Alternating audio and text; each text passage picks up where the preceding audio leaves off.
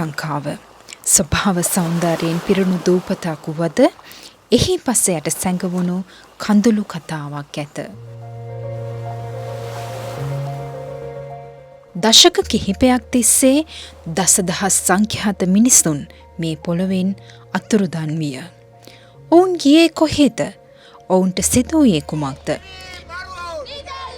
දශක 3ක් තිස්සේ මේ ප්‍රශ්නය අසන ඒ වෙනුවෙන් රජයන්ට සහ තුවක්කුවලට බිය නොවී පෙනී සිටින එක් මිනිසෙක් සිටි. ඔහු නමින් බ්‍රිටෝ ප්‍රනාන්දු නම් විය. මම කතෝලික පියතුමෙක් වෙන්න ගිහිල්ලා ආපස්සට ආපු කෙනෙක්. අවුරුදු 5ක් ඒ සෙමිනරි ගත කළා. ඊට පස්සේ කාල්ගුණ විද්‍යා දෙපාර්තමේන්තුවේ අවුරුදු 20ක් වැඩ කළා මම ටෙක්නිකල් ඔෆිසර් කෙනෙක් හැටියට. ඒතර 77 ඉඳලා මම යම් දේශපාලන නව සමාජ පක්ෂෙත් එක්ක හිටියා. ඉතින් මම විවාහල මගේ දරුවෝ දුවල දෙන්නෙක් ඉන්නවා. මගේ තාත්තා තමයි හියුගෝ මාස්ටර් කියන්නේ චිත්‍රපටි වල මුල් ආරම්භක යුගයේ නළුවෙක් සහ තිරරචකයෙක් සහ ගීත ප්‍රබන්ධකයෙක් සංගීතාධ්‍යක්ෂයෙක් හැම එකක්ම තියෙන කෙනෙක්.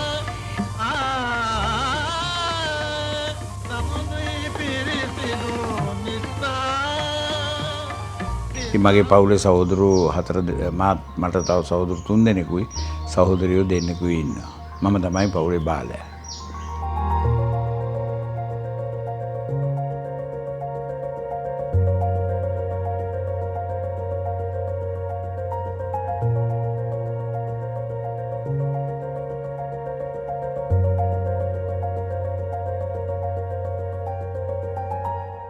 එක්දහස් 980 දශකයේ අගභාගය වන විට ශ්‍රී ලංකාව මළගෙයක් බඳු විය. දකුණේ තරුණයින් දහස් ගණනින් අතුරුදන් වෙද්දී බ්‍රිටෝ ප්‍රනාන්දු නම් තරුණයා සිය ජීවිතය පරදුවට තබා වීදි බැස්සේය. 2004 වසරේදී ඔහු අතුරුදන් වූවන්ගේ පවුල් එකතුව පිහිටුවන්නේ දේශපාලන හිතවත්කම් මත නොව මානුෂීය බැඳීම් මතයි. පළමුවෙනි ක්‍රියාමාර්ගය තමයි 1989 ඔක්තෝබර් 26 වෙනිදා රංජිත් සහ ලයනල් කියන රංජිත් කියලා වෙනදා කම්කරුවෙක් සහ ඔහුගේ විනය පරීක්ෂණයට සහභාගී වෙච්ච නීති උපදේශක ලයනල් කියන දෙන්න විනය පරීක්ෂණයේ අවසන් වෙලා එද්දී වාහනයකින් හප්පලා පැහැරගෙන ගිහිල්ලා රද්දුළු හන්දියේ වෙඩි තියලා පුච්චලා මරනවා. මිනි දෙක තියෙනවා එතන. නමුත් පහුවදායේදී මිනි දෙකත් අතුරුදහන් වෙනවා. ඒකෙන් තමයි ඒකේ අර රංජිත්ගේ ආදරවන්තිය එයාලා ඒතර විවාහයල් තිබුණේ නැහැ. ඒ ආදරවන්තිය ඇවිල්ලා මගෙන් කරපු ඉල්ලීම අනුව මායයි තමයි මේ අතුරුදහන් වීම වැඩ ගැන ආරම්භ කළේ වැඩ. මොකද වෙළඳ කලාපයේ වෙද්දී කම්කරු 9 දෙනෙක් ඝාතනය වෙනවායි අතුරුදහන් වෙනවා. ඉතින් ඒක අපි පෙළඹුවා. ඒ වෙළඳ කලාපයේ 9 දෙනා ගැන මූලික අවධානයකින් වැඩ කරන්න. ඉතින් ඒ ජයන්ති ආවට පස්සේ ජයන්තිගේ තුනන්දුව මත ජයන්ති තමුන්ගේ ප්‍රේමවන්තයා වෙනුවෙන් මුළු ජීවිතේම මෙතන ආරම්භ කරන්න අතුරුදහන් වුණේ. ඉතින් මම ජයන්ති තමයි ඒ අතුරුදහන් වීම වලට එදා දවසේ ඉඳලා වැඩ කරන්න ගත්තේ. පස්සේ නව සමාජ පක්ෂය අතුරුදහන් වුණන්ගේ මාපිය දූදරි සංවිධානය ආරම්භ කරනවා පස්සේ. ඒතකොට අපි ගම්පහ දිස්ත්‍රික්කයේ සංවිධානය කිරීමේ වගකීම් බාර ගන්නවා. ඔහුගේ සටන සීමා වූයේ දකුණට පමණක් නොවේ. උතුරේ සහ නැගෙනහිර මව්වරුන්ගේ කඳුළුද දකුණේ මව්වරුන්ගේ කඳුළුද එක හා සමාන බව ඔහු ලෝකයට කියා දුන්නේය. ජාති ආගම් බෙහෙදයකින් තොරව පවුල් 20000ක් එකම කොඩියක් යටතේ පෙළගැස්වීම ඔහුගේ සුවිශේෂී ජයග්‍රහණයයි.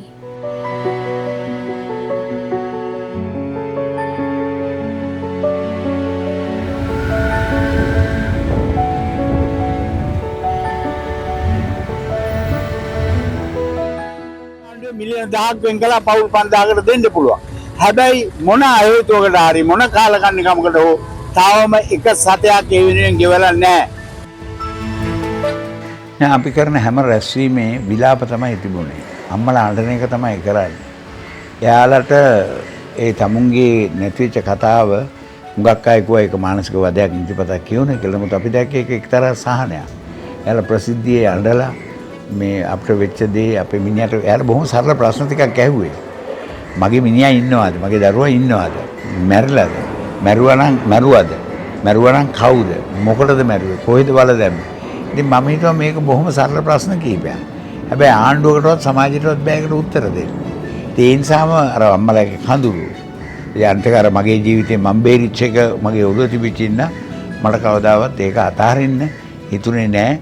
යමක් විසඳුමක් ලැබෙනකන් නැවත ලංකාවේ අතුරුදහන් වීම සිද්ධ නොවන තත්ත්වයට පත් කළ යුතුයි කියන දැඩි විශ්වාසයෙන් තමයි මම දිගටම වැඩ කරන්න පටන් ගත්තේ. යුක්තිය වෙනුවෙන් පෙනී සිටීම මෙරට පහසු කාර්යයක් නොවිය. බ්‍රිටෝට එරෙහිව ත්‍රස්තවාදී චෝදනා එල්ල විය. නිවසට ප්‍රහාර එල්ල විය. ඔහු අත්අඩංගුවට පත්විය. නමුත් ඒ සෑම බාධකයක්ම ඔහු සැලකුවේ තම ගමනේ ශක්තියක් ලෙසය. අහිංසක මිනිස්සු මෑලගේ දරුවෝ මරපුවා. මෑල අහිංසක. ඒකට ඔයා දාගන්න ගිහින් අතන මේ තනක මුද්‍රෝසන කමන්නේ. හරි පහින් යන්න දෙන්නේ නැහැ. ඇයි පහින් මොකේද වාහනේ යන්න දෙන්නේ? හරියට. පාත්‍රිකා බෙදන්න බැරිද අපේ කඩවල් ගන්න. ඔයා මේ පාරේ උඩායට කිව්වා මෙයා අඳුරනවාද කියලා. එයාකෝ නෑ කියලා. මේ තමයි බ්‍රිටෝ කියපු ගා මෙයා මට කිව්වේ තමුසේ බ්‍රිටෝ. තමුසේ වල දෙපාරක් ගියා තමුසේගේ ගැලවීම තමුසේ හිටියේ නෑ කියලා. ඒ නිසා ඒ මරණ තර්ජන තිබුණා. ඊට පස්සේ 2000 ගණන් වල මහින්ද රාජපක්ෂ මහත්තයාගේ ආණ්ඩු කාලේ මේ 2009ට පෙර අපේ ගෙදර දවසක් මමයි බිරිඳයි දරුවෝ දෙන්නයි පොඩි උන් දෙන්න ගිහිල්ලා ඉදී මේ බල්ලෙක්ගේ බෙල්ල කපලා මගේ ගේට්ටුවේ ඉල්ලලා තිබුණා ලේ පිටින්. ඉතින් මරණ බය දැනුණා කියන්නේ අර උදේට නැගිටින්න තියෙනවා මොන තරම් හොඳද කියලා හිතන අවස්ථාවක් තිබුණේ. අපි පාරේ ගියේ බොහොම බයෙන්. නමුත් ඉතින් මොන හේතුවකට ඇඩි හුඟ දෙනෙක් නැතුව ගියා අපි ජීවත් වුණා.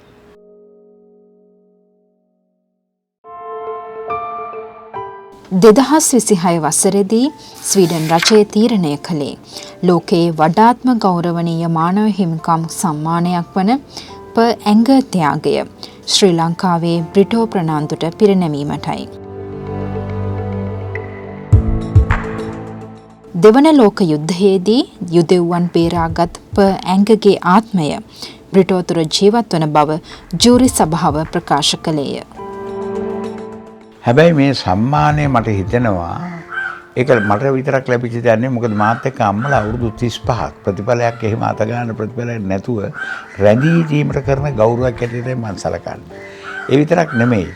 ඒ වෙනුවෙන් පහුගිය කාලය තුලම කවුරුහරි ලියුමක් ලිව්වනම් පාරේ හිටගත්තා නම් මේ අතුරුදහන් වීම ගැන කතා කරා නම් ඒ හැම එකම ඒ ඉෂුව එක ඒ කියන්නේ අතුරුදහන් කියන කාරණය ලංකාව තුල තාම තියෙනවා ඒ පිළිබඳ අවධානය තියෙනවා කියලා ඔප්පු කරන්න මැදහත් වෙච්ච අය. ඒතර මේ මැදහත් වීම උඩ තමයි ස්වීඩන් රජයට පේන්නේ ලංකාවේ අතුරුදහන් කිරීම තාමත් වැදගත් තැනක තියෙනවා. මොකද ජිනීවා වල තාමත් කල්පනා වෙන නිසා. ඒ නිසා මම හිතන්නේ මේක මට ලැබිච්ච එකක් නෙමෙයි. මොකද මගේ ක්‍රියාකාරීත්වය පදනම් වෙන්නේ අතුරුදහන් පවුල් වල සමාජිකයොත් එක්ක. වෙනත් සංවිධාන වලින් දුන්න සහායත් එක්ක. වෙනත් ක්‍රියාකාරීන් දක්වපු සහාය. ජාත්‍යන්තර මට්ටමේ දක්වපු සහාය අපිට අරමුදල් දීපුවා. ඉතින් මේ හැම එකකටම මේ සම්මානෙ හිමි. ඉතින් මට කොහොමත් මාව කවුරු අගය කරනවා කොහොම මට සන්තෝෂයක් ඇති වෙනවා. නමුත් අපි බලන්න ඕනේ මේ සම්මානෙන් කොහොමද ඒ අතුරුදහන් ප්‍රශ්නෙට මෙතෙක් කල විසඳිච්ච නැති ඒවා විසඳා ගැනීමට ප්‍රයෝජන ගන්න කියලා.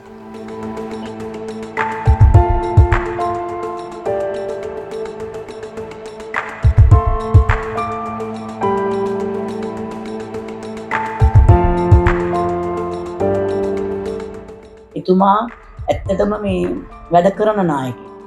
වැඩ පවරන නායකයෙක් නෙමෙයි. මනුස්සකමක් තියෙනවා, අහංකකමක් තියෙනවා, විශ්වාසයක් තියෙනවා. බොහොම මිත්‍රශීලීව මිනිසුන් සමග කටයුතු කරනවා. දරා ගැනීමට එහෙම බය නැති කාට විරුද්ධ වුණත් අපිට නැගී හිටින්න අසාධාරණ වෙනුවෙන් හොඳ ශක්තියක් ලැබුණේ එතුමාගේ වැඩ පිළිවෙල නිසා. මේ දහස් ගණන් ජනයා එතුමා එක්ක දැන් දශක 3මාරකටත් වැඩි කාලයක් එතුමා සමග විදියට ඉන්නේ.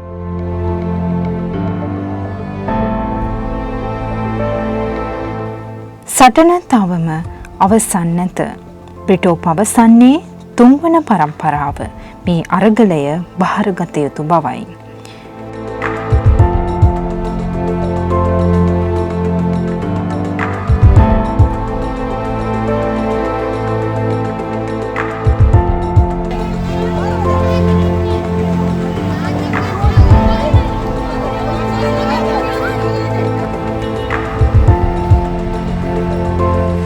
අපේ පැත්තෙන් සාර්ථක නැහැ තුන්වෙනි පරම්පරාව. ඒ කියන්නේ පවුල් තුන්වෙනි පරම්පරාව. අන්තික දැන් හුඟක් වෙලාවට තරුණ පරම්පරාව අපි හිතන විදිහට නෙමෙයි හිතන්නේ. අපි දන්නේ පිකට් කරන්නයි පෙළපාලියන්නයි පාරීට ගන්නයි කොළ බෙදන්නයි විරෝධය අපේමනේ. නමුත් දැන් විවිධ මේ වෙබ් හරහා විවිධ Facebook කරා යාලගේ සරණ ගෙනියනවා. නමුත් අපි අසාර්ථක වෙන්නේ මෙතන. අපි හැම වෙලාවෙම කියනවා මෙය නැවත සිදුවිය හැකි කියලා. ඇයි? 71 වුණා. 83 දෙමළ මිනිස්සු විතර අමුයෙන් පිච්චුවා. ඊට පස්සේ 89 ආවා. 89 සංඛ්‍යාව මහින්ද රාජපක්ෂ මහත්තයා කිව්වා 60000ක් කියලා. 27000ක් තමයි කමිෂන් එකට ආවේ. තව පිටපස්සේ 6000ක් එකතු වුණා. ඊට පස්සේ මන්නාරමේ රජගුරුතුමා කිව්වා අර නෝවෝ සෝන් එකට ඇතුළු වෙච්ච අයගෙන් එළියට ආපු අය අතර වෙනස 147600කට කිට්ටුයි කියලා. හැබැයි දැන් මේ නිසා අපිට පේනවා හැම අවුරුදු 20කට 30කට සැරයක් කැරල්ලක් එනවා. ඒ කැරල්ලේදී විශාල සංඛ්‍යාවක් 70කට වඩා 89ට වඩා යුද්ධෙදී විශාල සංඛ්‍යාවක් හොදලා දානවා තරුණ ජීවිත. ඉතින් මේක නවත්තන්න අපි කොච්චර කිව්වත් මේ අලුත් තරුණ පරම්පරාවේ ඇට්‍රැක්ෂන් එක අවධානය අපිට ගන්න බැරුව ගියලා. ඒක නොගත්තොත් නැවත අපිට මිනි බදාගෙන තමයි යන්න වෙන්නේ. ඒ අසාර්ථක භාවයෙන් ගොඩ ගන්න කොහොමද කියලා සමහරට අපි දිනුමදි අලුත් තරුණයන්ට කතා කරන්නේ. නමුත් ඒක ප්‍රධානම යමක් විය යුතුයි.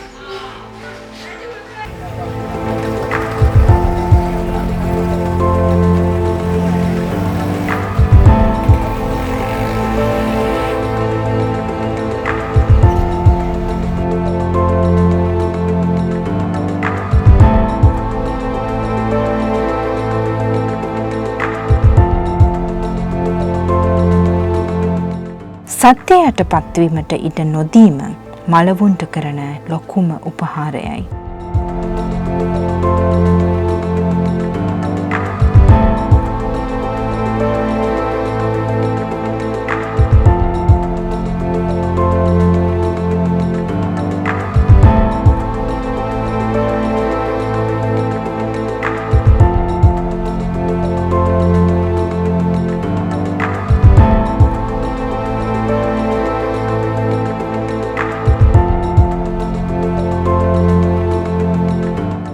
මේක කොහෙවත් වෙන්න දෙන්න එපා.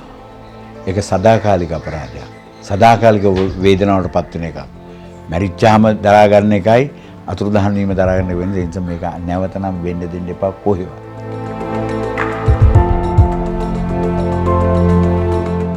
බ්‍රිටෝ ප්‍රනාන්දු යනු හුදෙක් මිනිසෙකු නොවේ. ඔහු යුක්තිය වෙනුවෙන් දැල්වුණු කිසිදා නොනිවෙන පහනකි.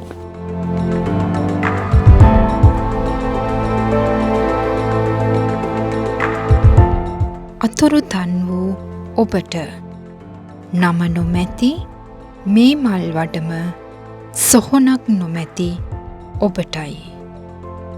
ඔබේ පහස ලද පොළොව සොයාගත නොහැකි වූයෙන් පාරක් අසල තැබුවෙමි එම මල් වඩම. පාර අසල එලෙස ඔබට සිහිවටන තැබුවාට කමන්න.